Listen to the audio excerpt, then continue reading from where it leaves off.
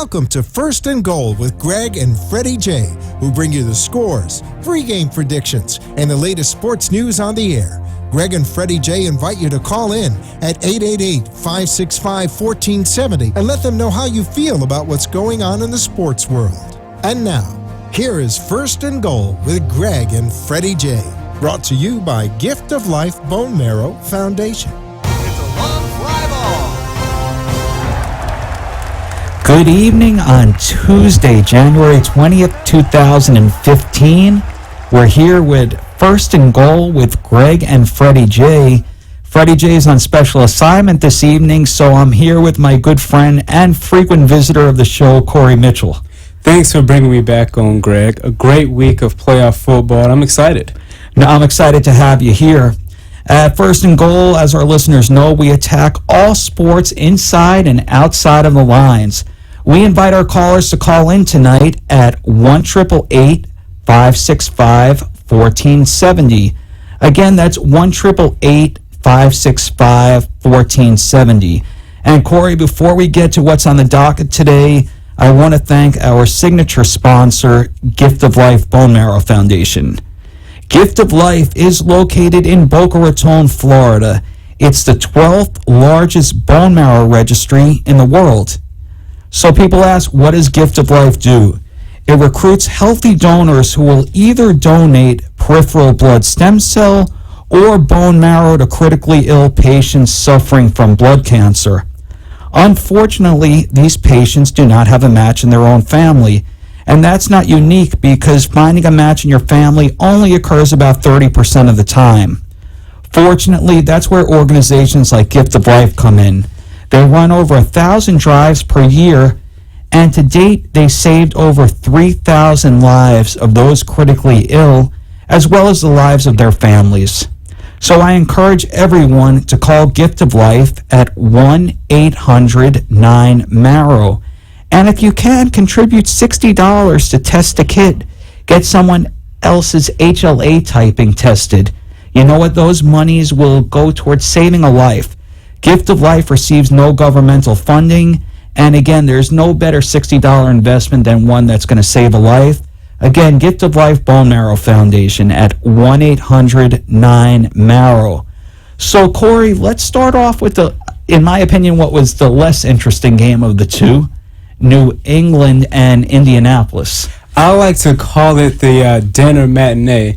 You had your Sunday brunch, and this game put you to sleep. And you know what, Gregg? I have to start this segment by admitting I was wrong. Last week on the show, I spoke about New England would not embarrass Indianapolis twice on prime time. I spoke of Kobe Fleener being a game changer. A game changer, I remember that. And I was wrong. A 45-7 win. And you know what? The game wasn't close. From the opening tip-off to the last whistle, New England dominated. It was boring. And the interesting thing, Bill Belichick could put you and I in as tailback. 1 week it's Vereen, 1 week it's Jonas Gray. LeGarrette Blount got cut after he wasn't happy for Le'Veon Bell around week 11, week 12 in Pittsburgh. He comes in, runs for 146 yards. How does Belichick do it with not, so to say, such a potent offense? Granted, he has Brady and Gronk, but his other offensive players, in my opinion, are pedestrian. Well, I was listening to an NFL analyst, Louis Riddick, and he explained the New England Patriots dynasty on offense. In Bill Belichick's schemes, he believes in inside-out football. What that stands for, he want to make sure he has the best center guards and the best quarterback underneath the helm from the offensive standpoint. With that, you get a chance to control the line of scrimmage. You get a chance to dominate and play the game at their pace. New England was able to put off 24 more plays to Indianapolis. They controlled the clock because of their game plan in the trenches. Yeah, agreed with you, but what makes it more interesting is the signal caller was out. They went with a rookie center because I believe that Storky was out. So the one that's crucial to Brady, who probably didn't get as much reps over the course of the year, just dominated the pass rush of Indianapolis. You're right, Gregg, and all of us like to talk about Pete Carroll's philosophy of next man up. people forget that's been Belichick's philosophy for years. Tom Brady was the next man up when Drew Brees got hurt. So now Stork went down and the center stepped up and played New England Patriot football. Yeah, there was a great article in ESPN, the person that loved Brady for his intangibles. And if you ever look at YouTube clippings when he came out of Michigan, this gangly person didn't look like he was going to even make it through the 40-yard dash. But this guy that recently passed away, and Brady was so near and dear to his heart, he kept telling his family that Tom Brady is going to be a household name. Go on ESPN. I think his name is Dick Beckheim. He has two daughters, one of them that has a young child, another one that is getting married. But the legacy of Benheim stays on because he picked Tom Brady out when he wasn't a household name. He beat out Henson at Michigan, but nonetheless, really, Brady defies expectations. What is he, 37, 38 years old now? And I'll tell you one thing. Bill Belichick had an awesome game plan to assist Brady. They had a balanced attack, both rushing and passing the ball. Brady, 35 pass attempts in New England as a team, 40 rushes. Therefore, you couldn't rush 6 or 7 the guys to come at Brady, and you couldn't put 8 in the box and try to stop the run. You make a great point. He kept them honest. He used Edelman in a way that he is, and to me, he's a pedestrian receiver. If you put him on any other team, he couldn't be utilized the same way that he did with Wes Welker. Amendola, had a nice touchdown, and before that, he's another one that didn't live up to expectations when they got him. As we spoke about on last week's edition of First and Goal, we both came to an assumption that Gronkowski was the best offensive weapon. New England, Chuck Pagano, they came playing against Gronkowski. In result, he had 3 catches and a touchdown. And like we said last week, Oderman is not a surefire number 1, but he makes plays. 9 catches, almost 100 yards. And again, Shane Vereen, we don't know who the running back is going to be, but he also was second on the team with 3 catches and 41 yards. So he was lined up as a de facto receiver. Blunt got the carries. I mean, the last time they played, Jonas Gray, who was undrafted from Notre Dame, goes for 4 touchdowns, and he shows up late and gets benched. And I believe he was inactivated last week. He was. Not against the Colts, but in the previous divisional week against Baltimore. Against Baltimore, he's inactive, so he comes on today, really doesn't do anything. Blunt, who couldn't sniff the lineup with Pittsburgh, goes for 146, and Belichick amazes me. I mean, he amazes me. Brady restructured his contract to make it more team-friendly. Indianapolis, I do think that they're a team that has to be reckoned with in the future. I think that they need another receiver to take some pressure off of Hilton. As you mentioned, Corey, last week, love Fleener. They have the synergy from their Stanford days together with Luck and Fleener. Reggie Wayne is in the winter portion of his career. Was he even playing? Was he there? As far as I know, he was there, and I'm never going to... Are you sure he wasn't sick? I have to give my guy to the U props. He's been a gamer his whole career. The Trent Richardson move really did not pan out, but Daniel Boom-Herron, again, I was surprised. I thought New England was going to win, but they carved them up. Speaking about Andrew Luck in the offensive passing games, he completed just above 33% of his passes, which is beyond mediocre. His top target, T.Y. Hilton, as you just brought up, one catch the entire game.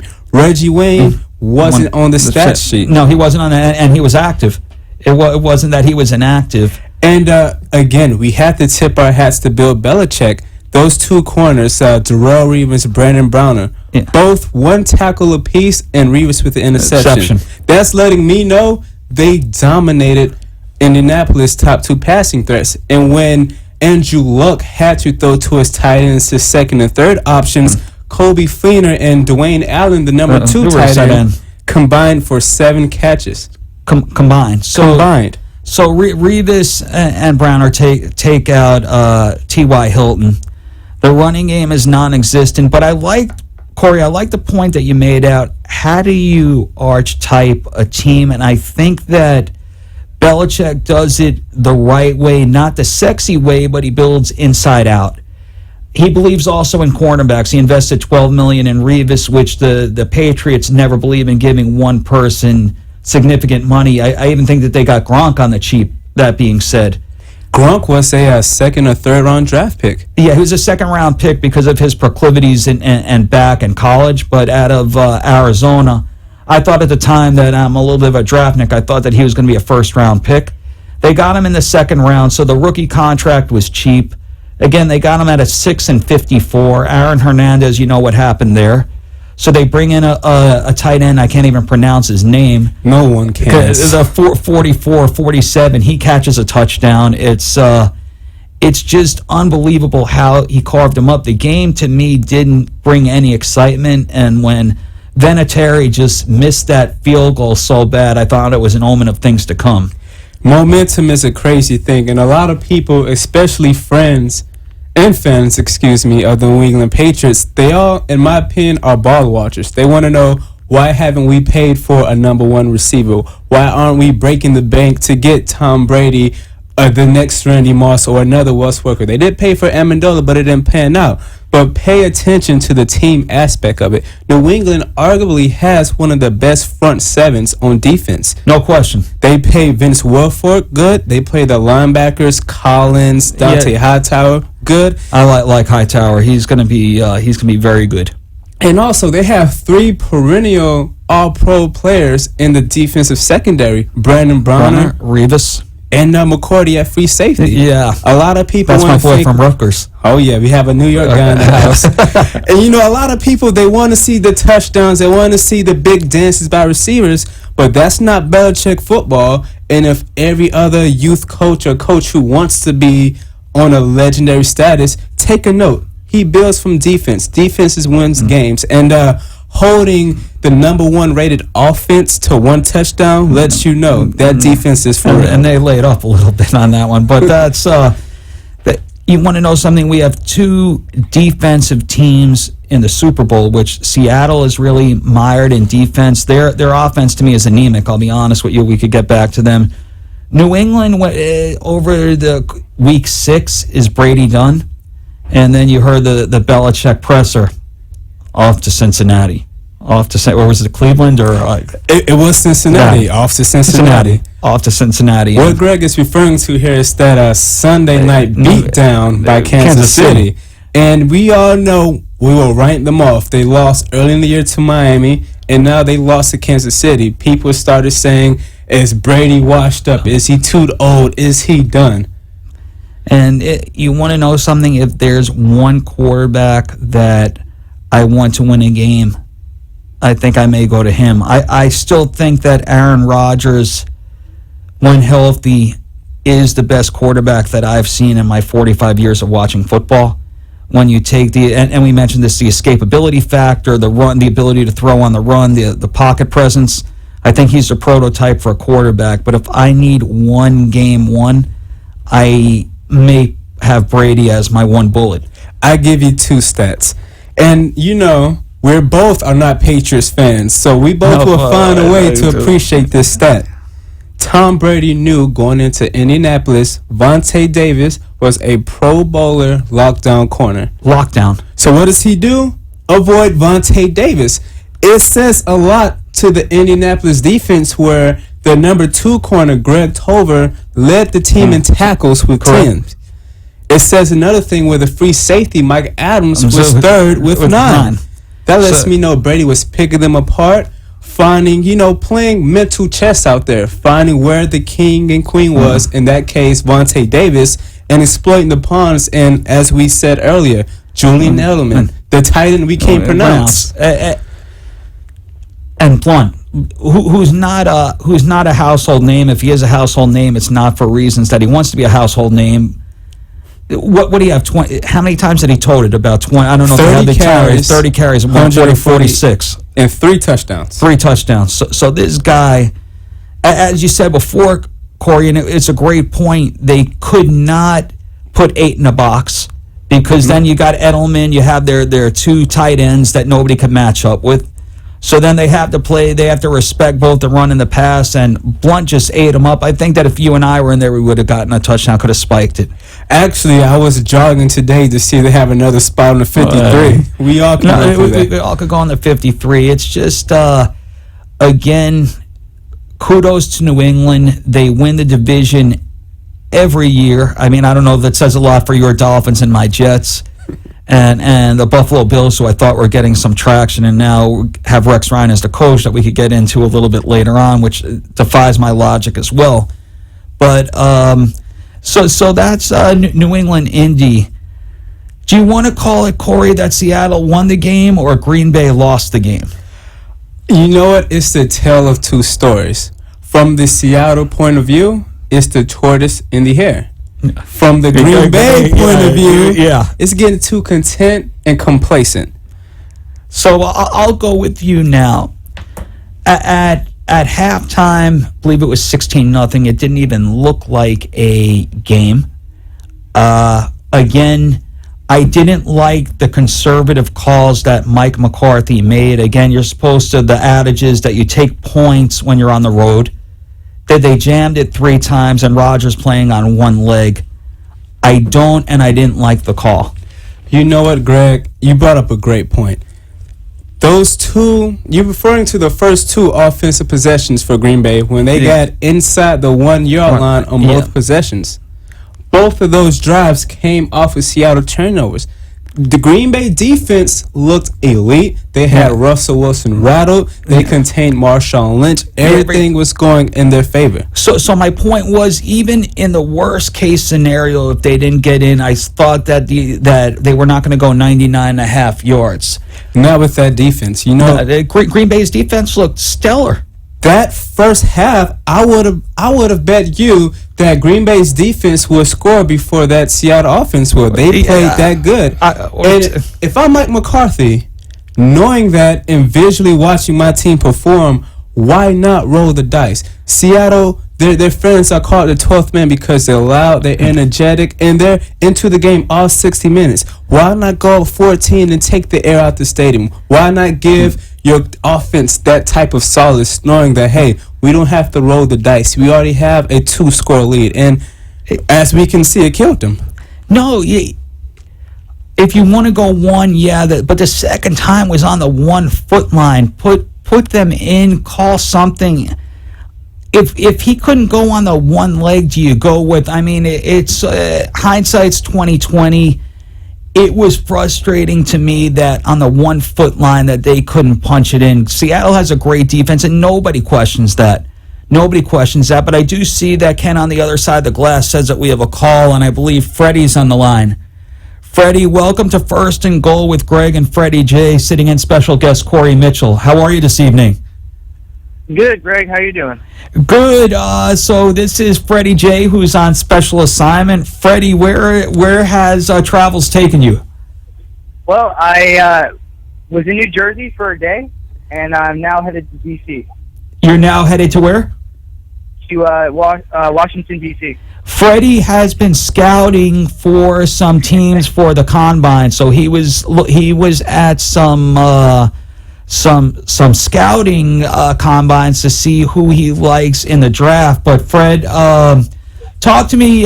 We have Corey Mitchell in here, and we were talking about the Green Bay and Seattle game. Frederick, did Green Bay? I was listening, and I couldn't help but call in to let you guys know that game to me was amazing. With 2 minutes and 30 seconds left in the game, Seattle scores and wins the game and comes back. I mean, it was amazing. To me, I just didn't know when the shoe was going to fall. To me, Seattle, yes, won, and let's give them credit for their resolve. Let's give them credit for never giving up. But how do you lose a game when Russell Wilson, 4 picks, you're up 12 points with 5 minutes? Green Bay played not to lose that game, and you know what happens when you play not to lose, Freddie? Well, you lose. and that's why Seattle is going to be playing a week from Sunday night. Well, we have to give credit where credit's due. Marshawn Lynch was an animal in that game. I mean, he was running people over. He did not want to lose. Second half, but the first half they kept him completely at bay. That's why I was debating this, or not even debating. We both agree, Freddie, and chime in. When they were on the 1 foot line, yes, they were not successful, but be like a battering ram or pull a tackle. You need to get 1 foot. And that takes the wind out of the 12th man, the Legion of Boom. That takes the wind out of their sails. You took the words right out of my mouth. You know, that 12th man in that stadium makes a big difference for teams traveling. And it puts a lot of pressure on offenses. And, you know, it fires up that Seattle defense. And to me, the last 2 minutes of that game, it was like watching a basketball game. The first 48 minutes of that game or the first 58 minutes of that game are completely boring. In the last 2 minutes, you know, it was like an all-star game. Now, granted, Seattle had to overcome a big deficit, and Green Bay just didn't have any answers for them. But you have to give credit where credit's due. That defense didn't give up. And all year, to me, Seattle hasn't been a first-half team. They've been more of a second-half team, and they come back from behind. And you know, Russell Wilson, one of the best at coming back from behind. So I don't know. I feel that it was well-deserved. Green Bay, a little beat up. Aaron Rodgers couldn't get it done. And we saw the result. Seattle goes back to the Super Bowl. To piggyback off your comment, Freddie J, I'm going to channel my inner Denny Green right now. Seattle's are who we thought they were. In this regular season, Seattle was the number 1 team rushing. So if they didn't get it going in the first half, their 16-game body of work let them know they're going to be persistent and they're going to run the ball until they succeed. Throughout this entire year, Seattle has been the number 1 team as far as points marginally in the second half. Correct. They have been a second half team. And if we know that as sports analysts and commentators, best believe everybody in that Green Bay office and coaching staff knew that as well. So when you don't be aggressive, as we mentioned earlier, those two drives, inside the 1 yard line, you're going to deal with the consequences. Green Bay scored 6 points in the second half, where Seattle rallied off 24 points. And you know what?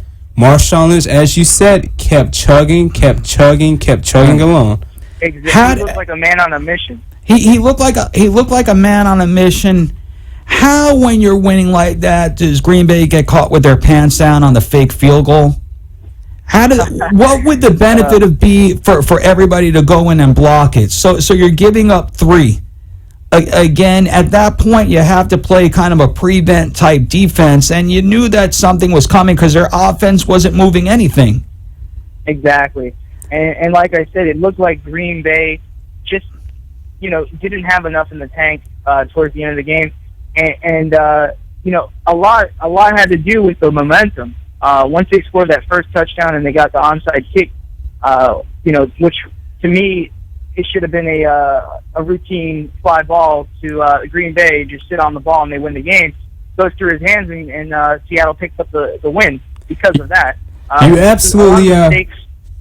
absolutely right about momentum there. And to answer your original question, Greg, when Seattle attempted that fake field goal touchdown, it was the very first possession of the second half. Right. This was a team down 16. Their friends are out of it. And Pete Carroll knew he needed to score or do something to get people back involved and get momentum on their side. Because 16-3 then is still a 2-touchdown game. The other issue that I had, and I hope that the backup tight end for Green Bay, I've seen people do crazy things when they blow a game. He dropped a ball and life is going to go on.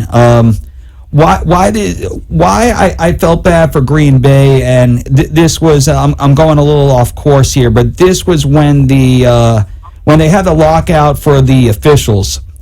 The Green Bay, was it Green Bay Seattle or was it Yes, it was Green Bay Seattle Monday night game. And Mike McCarthy actually called that referee after they blew the game for Green Bay because it was the right thing to do.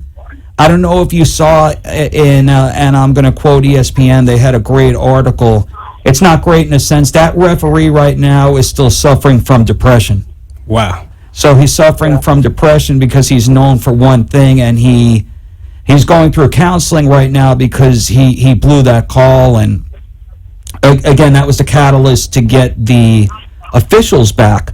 But I always thought that McCarthy was a class act, that he personified who a head coach should be, the loyalty to his players and so forth.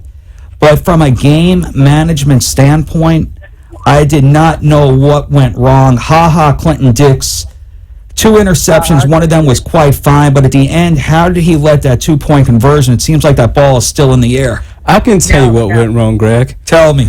I'm sorry to cut you off, Freddie. I know you're too excited over there, so I'm going to be real quick right now. The second half, Green Bay tried to establish the run. We seen Eddie Lacy had 21 carries, John Starks with 5 of his own. Green Bay thought that they can run the ball, run the clock out, and keep Aaron Rodgers from dropping back 30-plus times because he is hobbled.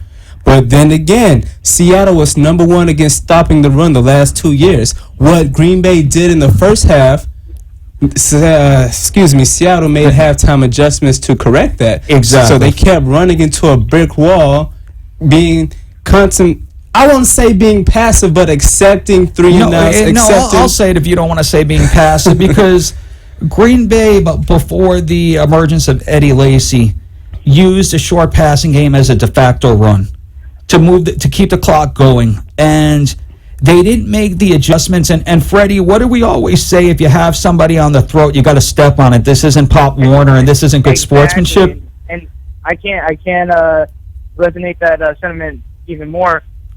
You said it better earlier about Green Bay not pushing down when the time comes, and it looked like they played not to lose. And when you do that, you lose. You know what, Freddie? I'm going to ask you to stay on the line if you could join us. We have to take a commercial break right now. So we have some of our sponsors going to be chiming in, so we certainly ask our listening audience to support their causes. We'll be back with First and Goal with Gregg, Corey, and Freddie from New Jersey on his way to D.C. We'll be back in a few. Are you in the market for a health plan? If so, please visit my good friend Gary at Health Plans Unlimited. No plan is too big or too small. Gary will customize a plan that's affordable and comprehensive, just for you. If you're interested, please visit Gary Goldman, the best in the biz, at www.healthplansunlimited.com. Again, that's www.healthplansunlimited.com. Or you can call Gary Goldman directly on his personal line at 954-303-6676. Again, that's 954-303-6676. And tell him that Gregg sent you directly from the Gift of Life. Health Plans Unlimited. We have the health plan for you. We want to extend a special thanks to our friends at the Boca West Foundation for all the wonderful work they do for Gift of Life and for all the meaningful service they give to the Boca Raton community. For over 3 years, the Boca West Foundation has generously supported local charities in the Boca Raton area. The Boca West Foundation. It's all about the kids. Talk 1470 WWNN Pompano Beach, Boca Raton, Miami, Fort Lauderdale. ThrowItBetter.com.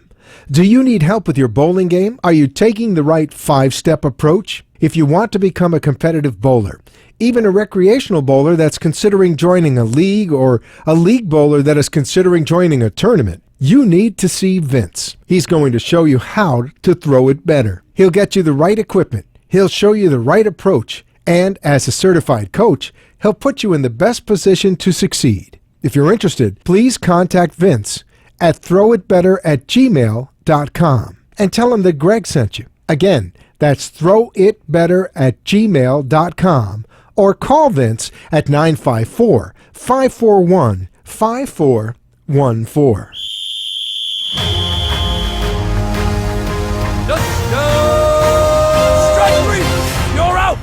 You're listening to First and Goal with Gregg and Freddie J. This show is brought to you by Gift of Life Bone Marrow Foundation. Call and share the gift of life. Become a donor today. Now, back to our hosts, Gregg and Freddy J. All right, welcome. We just passed the 7 o'clock hour. Welcome to First and Goal with Gregg and Freddy J. Freddy J is on special assignment, but he's kind enough to be joining us via phone. And special guest in studio is a regular contributor, a sports aficionado, and a sports encyclopedia. We have Mr. Corey Mitchell here with us. Thank you for the titles. I'm just a regular guy. No, you're a regular guy, but we got to be special in our own right. Freddy J, you still with us? Yes, I'm still here. All right, Freddy J is on special assignment in Jersey. So just to recap, Green Bay versus Seattle, Russell Wilson, I don't consider him an elite quarterback, but I think he has that it factor. Again, he knows how to find a way to win. Let's put it that way. And you want to know something? You have to have internal fortitude, because this was probably the worst statistical game of his career. He had 4 picks, didn't look like he could hit the broadside of a barn. They're a predictable offense. I mean, is Doug Baldwin, they're really there? When they got rid of Percy Harvin, who's their threat? Their vertical threat, Baldwin, or the tight end, Wilson? I mean, it's a very predictable offense. They're going to run an option pistol, Russell Wilson or Marshawn Lynch. And, you know, when Green Bay took the advantage, they had the momentum going into the second half. But, so many things had to happen in that final 5 minutes. One of them is to score a touchdown, get a 2-point conversion, recover an onside kick, score another touchdown, and then again, I got to give Mason Crosby, he put it between the uprights in crunch time.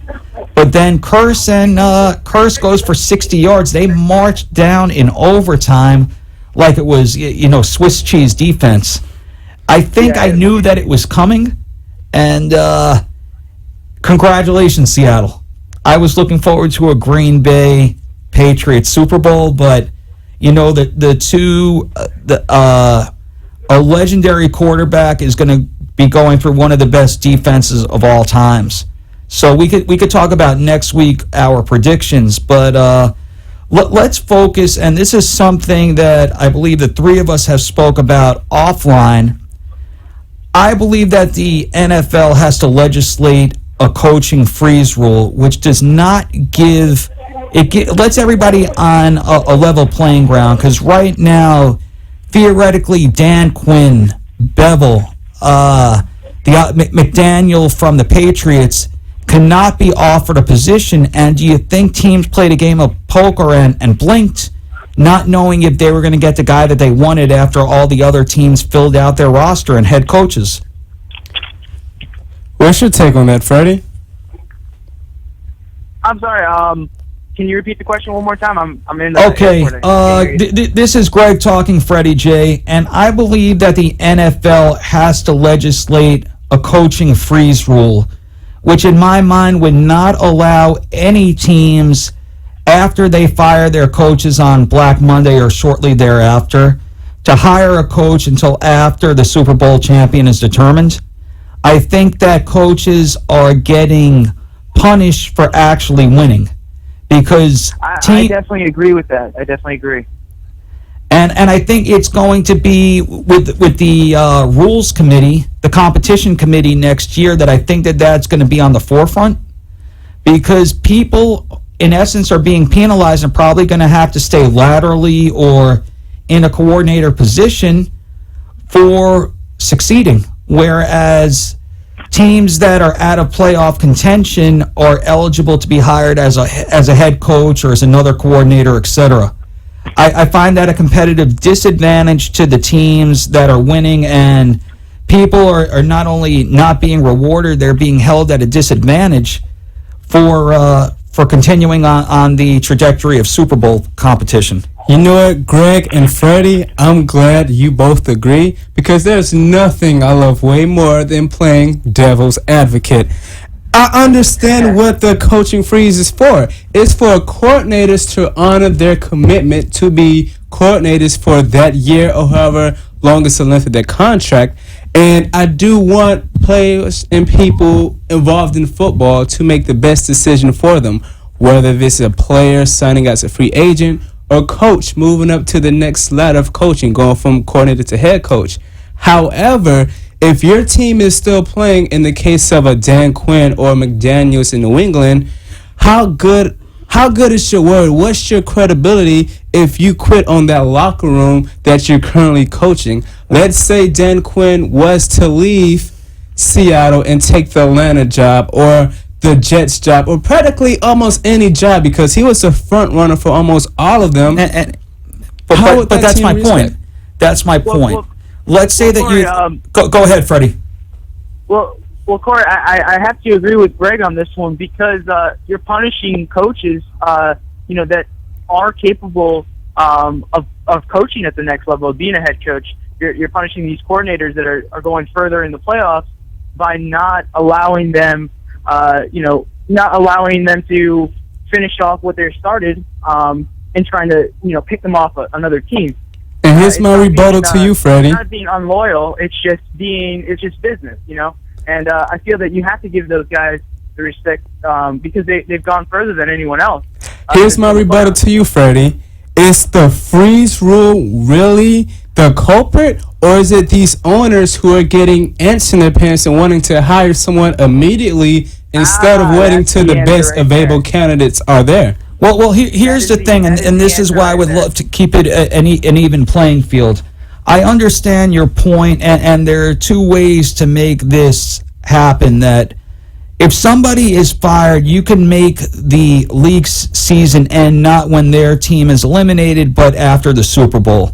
The point that I'm trying to make here, and again, I understand what Corey's saying, respectfully disagree that, of course, I wouldn't want another coach like they do in college to be hired for a professional position, or coaches serving as a head coach and then they're going to take on another one after the bowl game. Their sole focus should be on helping their team win the Super Bowl.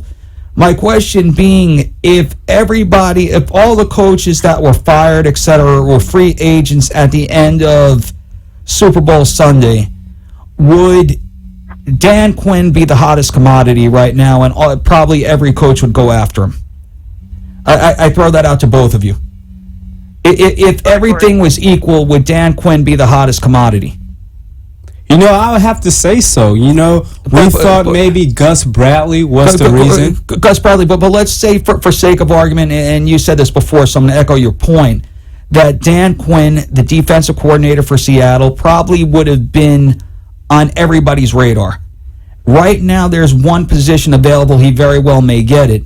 But what about a Bevel? What about a McDaniel? What about some of the other coaches that made it towards the second round? And yes, you want to know something? Some owners and GMs did get antsy because they want to be able to be first to the market and assemble their coaching staff.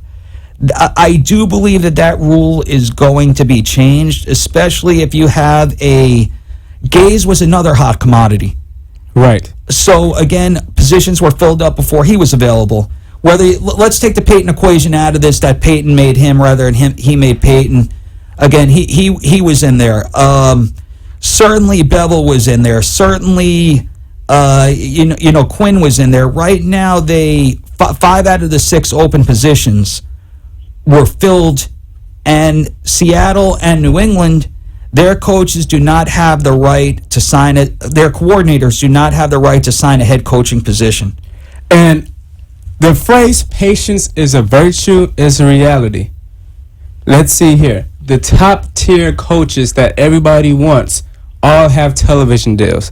The John Grudens, the Bill Cowhers, people of those respects. These coaches that were currently hired, one in San Francisco's case, a position coach who we all can agree was a questionable hire. Rex Ryan, maybe not his own fault, was rushed out of New York and he took a quick job. And let's see, John Fox was rushed out of Denver.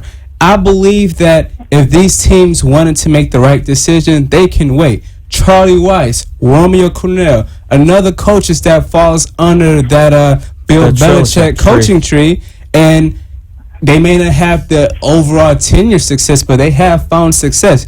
Josh McDaniels, a lot of people want to criticize him by the way he dealt with Tim Tebow. Don't forget, he took a underachieving Denver Broncos team to the divisional round of the playoffs before he was forced out. Another guy that was under the Belichick tree and is still there, Pete Carroll's tree. He started with Gus Bradley. Yep. They thought once he gone, Seattle defense was going to decline. Now, as we mentioned earlier, Dan Quinn, hot commodity, a great coach. And if these teams want to win, want to build a foundation, my argument is patience is a virtue. That coach's freeze, is maybe put in place so GM and owners can take another second and say, hey, do I want somebody to fill the position, or do I want somebody who's going to build the brand? Well, the coaching freeze, I think, is put in place for the integrity of the playoffs, because if you accept a head coaching position for another team, if you're a coordinator, where is your focus going to be? In the back of your mind, establishing the group of people that you want to surround yourself, or the game at hand on Sunday? And coaches have to compartmentalize everything, but when you're going for the brass ring, which is the Super Bowl, you would want full attention to be on the job at hand. Even the interviewing process during the bye week doesn't exactly make sense to me either. I think you're hedging in that respect, so you have to go either all in or all out. My guess would be on January 20th, 2015, for the 2016 offseason, the rule is going to change, but we could hopefully have this conversation. We'll all be healthy and doing the same thing next year. Freddie J. in New Jersey, what do you think? I agree with you 100%, Greg. Corey, you made a great argument, but we have to keep the integrity of the playoffs alive, and I definitely agree with you, Greg. If you have a coach or a coordinator trying to get a head coaching job somewhere else, his mind's not going to be in the game. So to be fair to the team, to be fair to that coach, just hold off, an extra 4 weeks, 5 weeks. What's the big rush to start one day after the Super Bowl? So with that, I have to go, guys. My plane's boarding. I want to give you my pick for the Super Bowl. No. Hold that off next week, Freddie, because we have an extra week to talk about. Okay, all right. I have a pick for you before you go, Freddie. Team Michael Irvin or Team Chris Carter before they announce the teams for the Pro Bowl this year? Irvin all the way. All right, Freddie, safe flight. I love you, baby, and I'll see you in a few days. When are you going to be back in Florida? Freddie's flying the friendly skies. Okay. Corey, let's talk about this. We spoke about this offline. The coaching carousel, as we like to say it. Doug Marrone leaves Buffalo, has no offset in his contract with the new ownership, so he got a $4 million going away present. Good for him. I think he got a wink and a nod that he was going to be the Jets head coach. That didn't exactly happen. And I believe it was the best situation for him, because seeing Rex Ryan flip to his former job and those guys, just do a twist and take two, it would have been ugly. The tabloids would have had a field day about it. And I have a question for you, Greg. Yes. Doug Marrone done a phenomenal job in his 2 years as the Buffalo Bills head coach, have a perennial top 10 defense. And my question before I continue to ramble on steps, he left because of the new ownership. Correct. Do you believe there may be some troubles brewing upstate in East Rutherford? No, I don't believe that. They pegged him as being incorrigible. He doesn't have a pleasant demeanor. Rex, being a lifelong Jet fanatic, is probably an understatement. Rex is one of the most affable, positive, upbeat guys that players would run into a wall from. Do I think he's a great head coach? No. Do I think he's a great defensive coordinator? Yes. The whole plan of Marrone leaving, I believe, was just that. He wanted an extra year on his contract. They wouldn't give it to him, the new ownership group. I do like the fact that he had the gumption when he didn't believe that E.J. Manuel was the right person. He went to Orton and didn't vacillate. He went right, and it was a head coach move. Listen, Orton's been a journeyman, never had sustained success anywhere. He brought him above 500, and their defense, to me, their front four is vicious, and now Rex wants to change that. Rex, I think, if I could steal your word before, got antsy because I believe he wanted the Arizona job to be closer to his son. Watch his son, Seth, play at Clemson. At Atlanta, Arthur Blank, the owner, I believe it was his mother that passed away, and they suspended all interviews. Rex got a little antsy and took the $27.5 million guaranteed offer to him. For $27 million guaranteed, I will live in the snow myself. And you brought up some great points. I'll shovel snow. Hey, Buffalo Bills, probably the best defensive line in football. As you said, Marone took a guy, Kyle Orton, who was sitting on his couch to start the season and lead the Buffalo Bills to above 500 record. So, with that being said, I believe Doug Marone left Rex Ryan keys to a nice car. I won't call it a Porsche, but I will call it maybe a 1990s Mercedes. He has a defense, which Rex likes, and he has some players here and there with Sammy Watkins and a trade bait with E.J. Manuel, because all signs says he's not going to be the quarterback there. And like you just said, Rex is a great defensive coordinator, not so good head coach. Knowing that maybe his own ego has been piped down a bit, he just got highway robbery, $27 million guaranteed. 5 years. Could he use C.J. Spiller the right way for the first time? I think that he has potential for a true number one receiver. He could, Sammy Watkins can stretch the field, could break the field. It's an interesting hire, being how Buffalo the last 3 out of 4 times just humiliated the Jets. Let's talk about a quick change of fate. Kubiak went on record and said that he's extremely content being the offensive coordinator in Baltimore. And he got number 8 got a call from number 7, his old buddy John Elway, and said, do you want to come on board and be the head coach of the Denver Broncos? What makes him... He had a sub-500 record in Houston. Correct. What makes him the next savior and John Fox, who could bring you to 12 wins? I don't understand the hire. I understand the mentality of wanting to be a head coach. That's why I don't know if you always make those proclamations right then and there. I believe you gave a great inkling by saying, good buddies, number 7 caught number 8 and say you have a shot at number 18. Yeah. I'm pretty sure they had a lot to do with it. But let's look back into his Houston days. He was the second head coach of that young franchise. Sure. He really didn't have an established quarterback until he traded for Matt Schaub. And let's give him credit. For the past 4 years, 3 of those years, Houston had a top 10 offense. They were able to execute the zone run great with Arian Foster and then Ben Tate to spell him. He always had vertical threats with Andre Johnson. And let's look at what Denver do. Since Terrell Davis was the running back, they have been a zone read rushing team. And we're not here to confirm or deny Demaryius or Julius Thomas will be back. But if so, he has the threats in place to make his offense run. The bigger question is, with Jack Del Rio going to some aging superstars, can he stop people from scoring? Because that was his problem in Houston. He couldn't stop no one. And you want to know something? Defensively, their secondary bother me. I know that they made the Talib splash. They also got DeMarcus Ware for that very purpose, Von Miller. The question that I have, will 18 be back? You know what?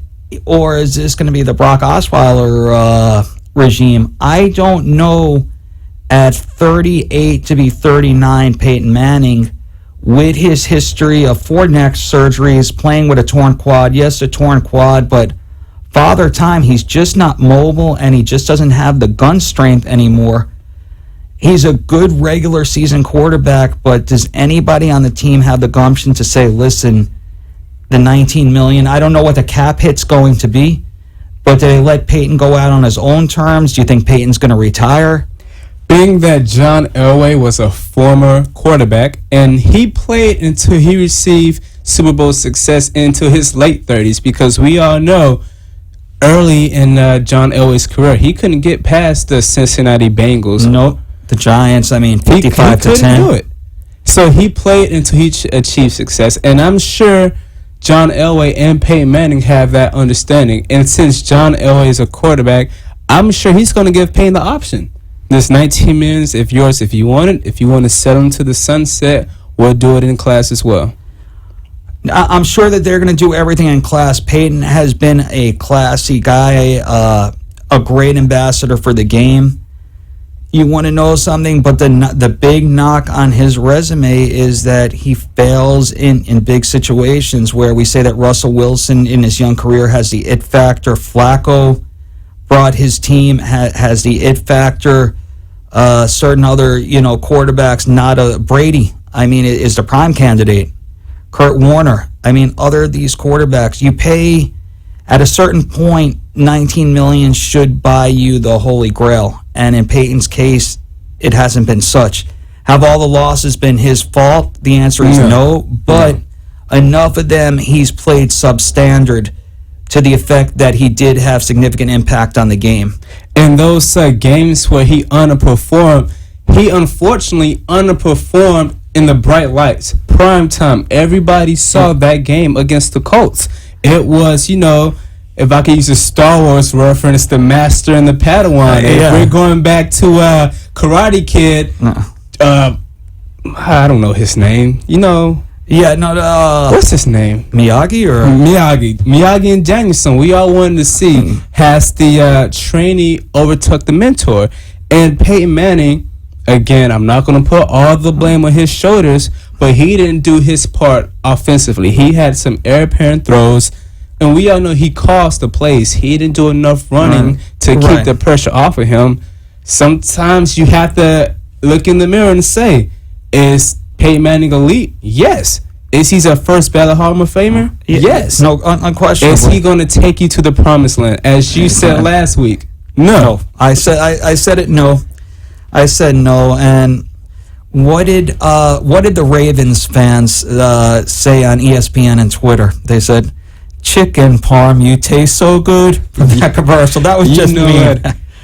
Whether it's Chunky's, whether it's Papa John's, he may still make $19 million without football. So he'll make plenty without. He owns so many Papa John chains. Tom Sula, I didn't see that one happening. 49ers. No one saw that happen. He wasn't even the defensive coordinator, the D-line coach. And we all can attest, San Francisco had a pretty great defense. But they also had a pretty bad player in Ray McDonald who was arrested multiple times for domestic abuse under his watch.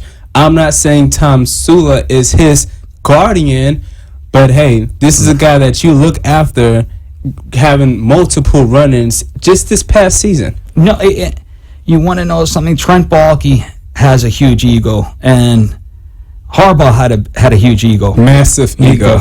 And I know that Trent Baalke, his daughter was on Twitter and said some unflattering remarks about Gregg Roman, who I believe now is with, I think he's with Rex now. He's the offensive coordinator. I think Baalke, they drew a line in the sand, and Baalke aligns with Tom Sula. He was going to leave. Quickly, I know that we're coming close to the 2-minute notification. John Fox is incompetent in Denver and the savior of the Windy City within 4 days. Wow. For one, John Elway shocked the football world with John Fox being fired. If you watched that game, the defense did the best they could to stop Andrew Luck. The rushing attack was there when they ran the ball. Peyton Manning just chose to throw the ball multiple times unsuccessfully. Correct. John Fox has had, with the help of Jack Del Rio, top 5 defenses all 2-3 years he's been at the helm. Granted, Peyton Manning is a large portion of this. He also had top 5 offenses. Please explain to me the logic of firing this guy. I don't think that Peyton and Fox got along. I don't know to what degree they communicated, but I don't think that they saw eye to eye. Elway signed these players, so he has culpability also. I mean, just in the same way as Peyton's, just in the same way as John Fox. I think that John Fox is not a Harbaugh maniacally competitive, at least outwardly, and that's what Elway is. I don't think that they aligned. I think that there was an unwritten rule that if they didn't make it to the Super Bowl this go around, then that was going to be his swan song. I mean, Elway didn't pull any punches, and I was surprised that he wasn't a little bit more gracious with his departure. We got the 2-minute warning, and let's do it better than Green Bay did on First and goal. First and goal. Yeah. 2-minute drill. Let's go. 2-minute drill. So here we go with this. Who's going to be the MVP of the league? Aaron Rodgers. Defensive Player of the Year. Without a doubt, J.J. Watt. And he's going to come in second in those MVP votings. Okay. Offensive Player of the Year. Offensive Player of the Year. Oh, wow, that's a tough one. I want to say DeMarco Murray because it's very rare we acknowledge how valuable running backs are nowadays. Right, and Ken is laughing. He likes J.J. Watt as the MVP. He likes J.J. Watt as the MVP of the league, but you could certainly make an argument. You know what? I'm a defensive guy, and I would vote for J.J. Watt, but I know this is a quarterback-driven league. The media loves the quarterbacks, but you cannot tell me since his rookie year, J.J. Watt has not been the most dominant player. He's been incredibly dominant, and that's why I like that the Jets got the Houston Texans to the director of college scouting. He's going to Question for you, Coach of the Year. Bruce Arians, Arizona. I like it. I like it. Comeback Player of the Year. Comeback Player of the Year is going to be Gronk. I like Gronk, but I would stick with DeMarco Murray. Granted, he's always had the talent, but we haven't seen him for more than, 8 games until this year? Now, the big question is, who is Jerry Jones going to play, DeMarco Murray or Dez Bryant? He's going to pay Dez Bryant, and we just made it to the goal line. Everybody, we'll be here same time, same place next week. Great week, and God bless everybody. We're out.